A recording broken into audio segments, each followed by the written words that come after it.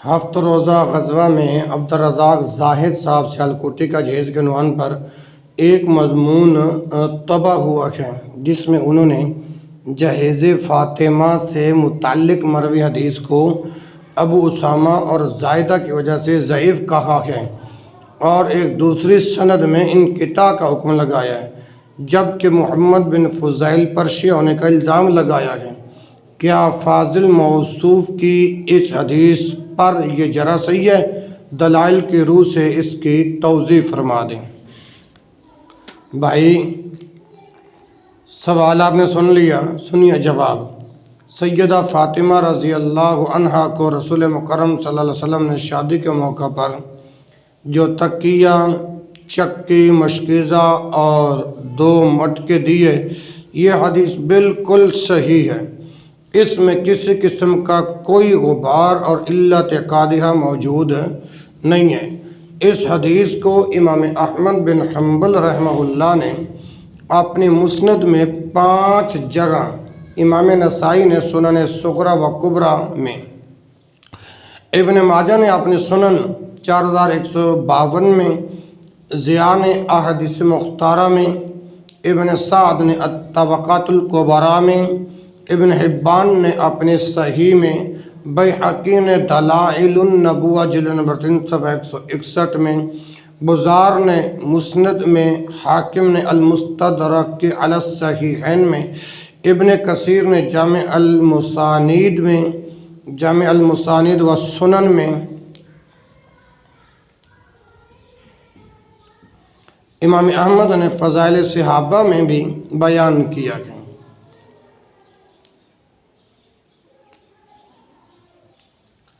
ابن کثیر نے جامع المسانید میں،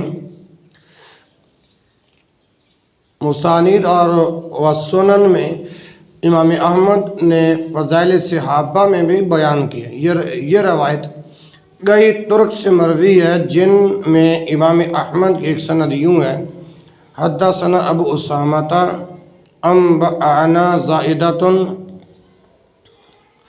حدثنا عطاء بن الصائب عن ابیہ عن علی رضی اللہ عنہ، مسند احمد جلد نمبر 1 صفحہ 84 اور حدیث کا نمبر 643۔ مولانا عبدالرزاق زاہد صاحب اس سند پر کلام کرتے ہوئے لکھتے ہیں: اس سند میں ابو اسامہ پر بڑی شدید جرح ہے، نرم ترین حکم اس پر صدوق کا لگتا ہے۔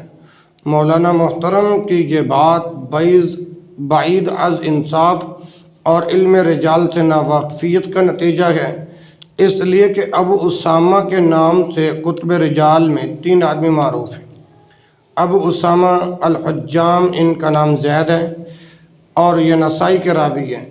انہوں نے اکرمہ مولا ابن عباس وغیرہ سے روایت کی ہے اور ان سے جنید الحجام وغیرہ نے روایت کی ہے۔ اسے امام یحییٰ بن معین، امام ابو حاتم اور امام ابن حبان نے ثقہ قرار دیا۔ تہذیب الکمال، امام بخاری رحمہ اللہ نے صدوق کہا ہے۔ العلل الکبیر للترمذی، ابن حجر رحمہ اللہ فرماتے ہیں ثقہ ہے۔ تقریب آپ اٹھا کر دیکھ لیں، ملاحظہ فرما لیں۔ لہٰذا یہ راوی ثقہ و صدوق ہے، لیکن مذکورہ روایت میں یہ ابو اسامہ مراد نہیں، کیونکہ اس کے اساتذہ میں زائدہ اور شاگردوں میں امام احمد نہیں ہیں۔ اچھا، ابو اسامہ الرقی النخعی، ابو اسامہ الرقی یا ابو اسامہ الرقی النخعی، اس کا نام زید بن علی بن دینار ہے۔ یہ بھی نسائی کا راوی ہے۔ کس کا راوی ہے بھائی؟ نسائی کا راوی ہے۔ اس نے جعفر بن یرقان سے روایت کی ہے اور اس سے اس کے بیٹے محمد بن ابی اسامہ الرقی اور مغیرہ ابن عبد الرحمن الحرانی نے روایت لی ہے۔ اسے ابن حبان نے کتاب الثقات میں درج کیا اور امام دارقطنی نے ثقہ قرار دیا ہے۔ تہذیب الکمال مع حاشیہ، ابن حجر رحمہ اللہ فرماتے ہیں صدوق ہے۔ تقریب مع تحریف جلد نمبر 1 صفحہ 436۔ حافظ ابن حجر اسقلانی رحمہ اللہ پر تعاقب کرتے ہوئے دکتور بشارآباد لکھتے ہیں بل ثقۃ وثقہ الدارقطنی بل ثقۃ وثقہ الدارقطنی بلکہ یہ راوی ثقہ ہے بل ثقۃ وثقہ الدارقطنی اسے امام دارقطنی نے ثقہ قرار دیا۔ التحریر تقریب التہذیب جلد نمبر 10436۔ لہٰذا یہ راوی بھی ثقہ ہے، لیکن مذکورہ بالا حدیث میں یہ بھی مراد نہیں ہے، کیونکہ اس کے اساتذہ میں زائدہ اور تلامذہ میں احمد بن حنبل رحمہ اللہ نہیں آتے۔ نمبر 3، ابو اسامہ حماد بن اسامہ الکرشی الکوفی، اس نے زائدہ بن قدامہ، ابو اسحاق الفزاری، سفیان ثوری، اعمش، شعبہ، عبدالرزاق وغیرہ جیسے اکابر محدثین سے روایت کی ہے، اور اس سے امام احمد بن حنبل، امام اسحاق بن راہویہ، حمیدی، ابو بکر بن ابی شیبہ، عبدالرزاق بن مہدی اور محمد بن ادریس الشافعی وغیرہ نے روایت کی ہے۔ یہ کتب ستہ کے راوی اور زبردست ثقہ ہیں۔ امام احمد بن حنبل، امام یحییٰ بن معین، محمد بن عبداللہ الموصلی، سفیان ابن سعد اجلی، ابن قانع اور دارقطنی، ابن حجر اسقلانی رحمۃ اللہ علیہم نے انہیں ثقہ قرار دیا ہے۔ زیر بحث روایت کے راوی یہی ابو اسامہ ہیں، ان کے ثقات میں ذرا بھر بھی کلام نہیں۔ مولانا عبدالرزاق صاحب پر لازم ہے کہ ان پر شدید جرح ثابت کریں، اور اگر وہ ان کے علاوہ کوئی اور ابو اسامہ سمجھتے ہیں تو کتب رجال سے اس کا تعین کریں۔ دوسری بات یہ ہے کہ ان کے بقول اگر ابو اسامہ صدوق ہیں تو وہ بھی حسن الحدیث ٹھہرتے ہیں، جیسا کہ کتب اصول میں مرقوم ہے۔ پھر یہ روایت کو بیان کرنے میں متفرد بھی نہیں، زائدہ سے روایت کرنے میں ابو سعید مولا بنی ہاشم اور معاویہ بن عمر نے ان کی مطابعت بھی کر رکھی ہے۔ مسند احمد وغیرہ ملاحظہ کر لیں، بعض لوگوں نے ان پر تدلیس کا الزام لگایا، لیکن یہ مردود ہے، اس لیے کہ اسے ازدی نے بیان کیا، اور ازدی خود ضعیف ہے، اور پھر ازدی کی روایت کے مطابق ابو اسامہ نے تدلیس چھوڑ دی تھی۔ میزان جلد نمبر 588۔ اور ابن سعد کے بقول اپنی تدلیس واضح کر دیتے تھے۔ طبقات المدلسین اٹھائیں اور صفحہ 44 دیکھیں۔ اچھا، اگر انہیں مدلس بھی مان لیا جائے تو مدلس کے بارے میں قاعدہ ہے کہ جس روایت میں وہ اپنے استاد سے سننے کی وضاحت کر دیں تو اس کے تدلیس والی علت ختم ہو جاتی ہے، اور اس روایت میں انہوں نے اپنے استاد زائدہ سے سماع کی تصریح کر رکھی ہے، اور جیسا کہ مسند احمد میں موجود ہے۔ دوسرا اعتراض، اس روایت پر عبدالرزاق صاحب نے یہ کہا ہے کہ زائدہ پر منکر الحدیث کا حکم کتب جرح و تعدیل میں وارد ہے۔ یہ بھی مولانا موصوف کی علم حدیث سے ناواقفیت کی دلیل ہے، اس لیے کہ اس سند میں زائدہ بن قدامہ راوی ہیں، زائدہ بن قدامہ راوی ہیں جو کتب ستہ کے راوی ہیں۔ صحیح بخاری و صحیح مسلم میں ان کے روایات بکثرت موجود ہیں، اور ان کے ثقات مسلمہ ہے۔ ملاحظہ تہذیب الکمال وغیرہ۔ جس زائدہ پر منکر الحدیث ہونے کی جرح ہے وہ زائدہ بن ابی الرقاد البہلی ہے، جسے امام بخاری نے تاریخ کبیر میں اور نسائی نے ضعفاء میں منکر الحدیث قرار دیا ہے۔ مولانا موصوف نے یہ سمجھا ہی نہیں کہ سند میں زائدہ سے مراد کون ہے۔ جو زائدہ عطا بن صائب کے شاگرد اور ابو اسامہ کے استاد ہیں وہ زائدہ بن قدامہ ہیں۔ کاش مولانا محترم نے کتب رجال کو گھنگالا ہوتا اور وہ صحیح و ضعف کی پہچان رکھتے۔ ان کا اصل مضمون مجھے بعض علامہ نے دکھایا گیا کہ جس میں سوائے جوش بدون ہوش کچھ بھی نہیں، وہ علم اعتبار سے پایا ثبوت سے ساکت ہے۔ انہوں نے اس کی جو دوسری سند ذکر کی ہے وہ واصل بن عبدالعالی از محمد بن فضیل از عطا ابن صائب از سیدنا علی رضی اللہ عنہ سے۔ اس کے بارے میں لکھتے ہیں اس سند میں سب سے پہلے تو انقطاع ہے کہ عطا بن صائب کی سیدنا علی رضی اللہ عنہ سے ملاقات مخدوش اور مشکوک ہے، اور نہ بھی ہو تو اس کا اعتبار نہیں کہ بذات خود یہ قابل حجت ہیں۔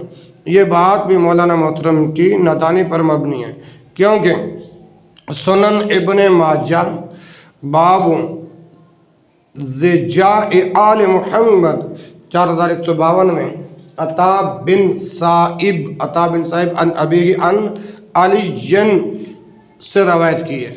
نیز ملاحظہ ہوں تحفہ الاشراف جلد نمبر 376 اور المسند الجامع 13 جلد 261 اور 262 وغیرہ ہما۔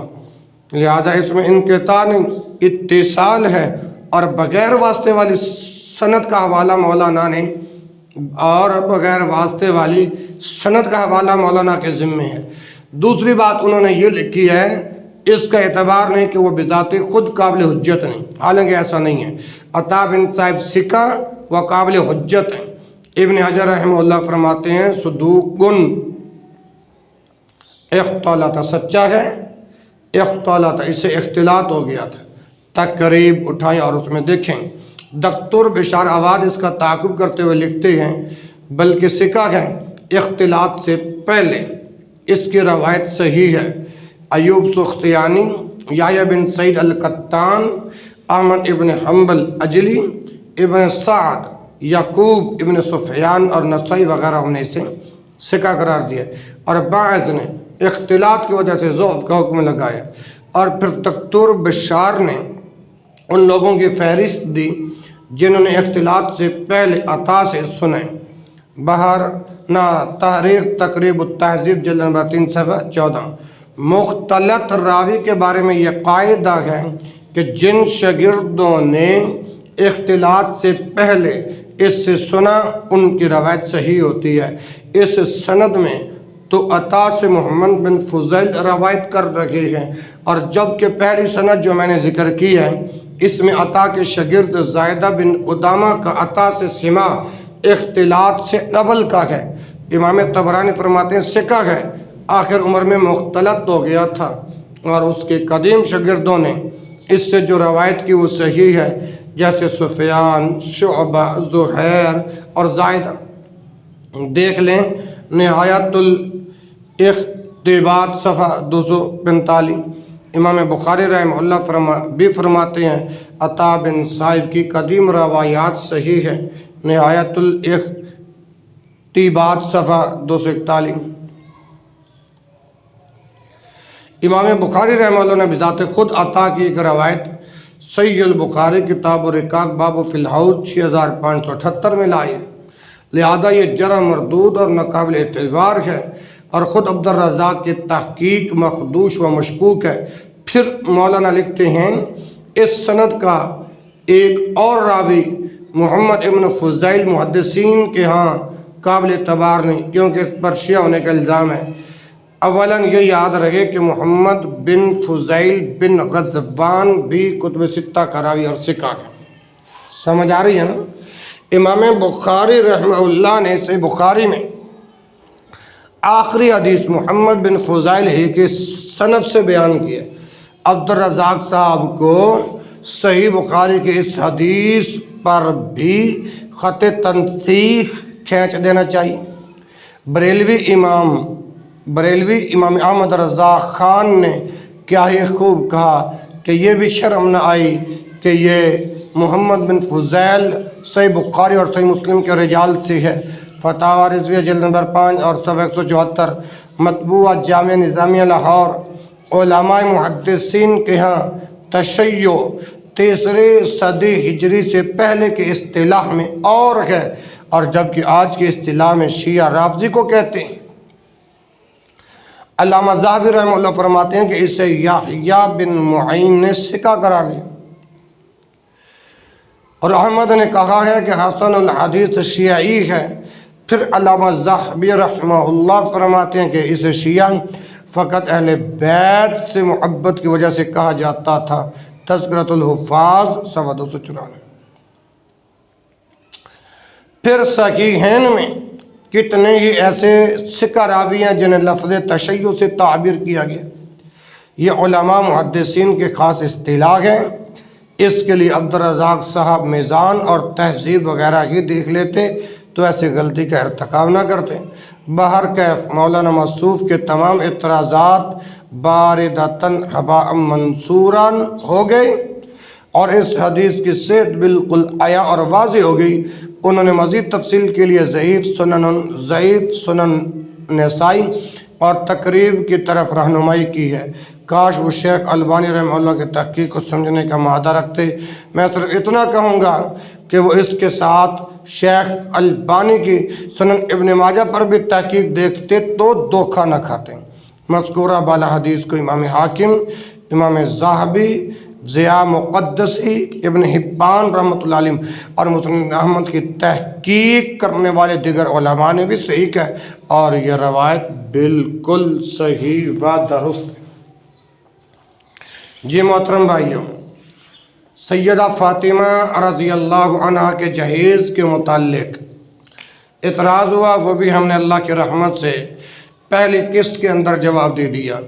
پھر جناب من دوسرا اعتراض ہوا نیوندرا کا، نیوتا کا، نیگ کا، اس کا بھی ہم نے پہلی قسط کے اندر جواب دے دیا ہے۔ اچھا، تیسرا اعتراض یہ ہوا کہ جہیز فاطمہ والی حدیث ضعیف ہے۔ کہتے ہیں کہ جہیز فاطمہ کے متعلق مروی حدیث کو ابو اسامہ اور زائدہ کی وجہ سے ضعیف کہا ہے اور ایک دوسری سند میں انقطاع کا حکم لگایا ہے، جبکہ محمد بن فضیل پر شیعہ ہونے کا الزام لگایا ہے۔ کیا فاضل موصوف کی اس حدیث پر جرح صحیح ہے؟ دلائل کے روح سے ہم نے یہ بھی ثابت کر دیا کہ اللہ کی رحمت سے جہیز فاطمہ سے متعلق حدیث بالکل صحیح ہے۔ ہم نے اس اعتراض کا جواب اللہ کی رحمت سے عرض کر دیا ہے۔ اس کی دوسری قسط مکمل ہوا چاہتی ہے اور تیسری قسط کا آپ انتظار کریں۔ ھذا ما عندی واللہ اعلم۔ سبحانک اللہم و بحمدک، اشہد ان لا الہ الا انت، استغفرک و اتوب الیک، وآخر دعوانا الحمد للہ رب العالمین۔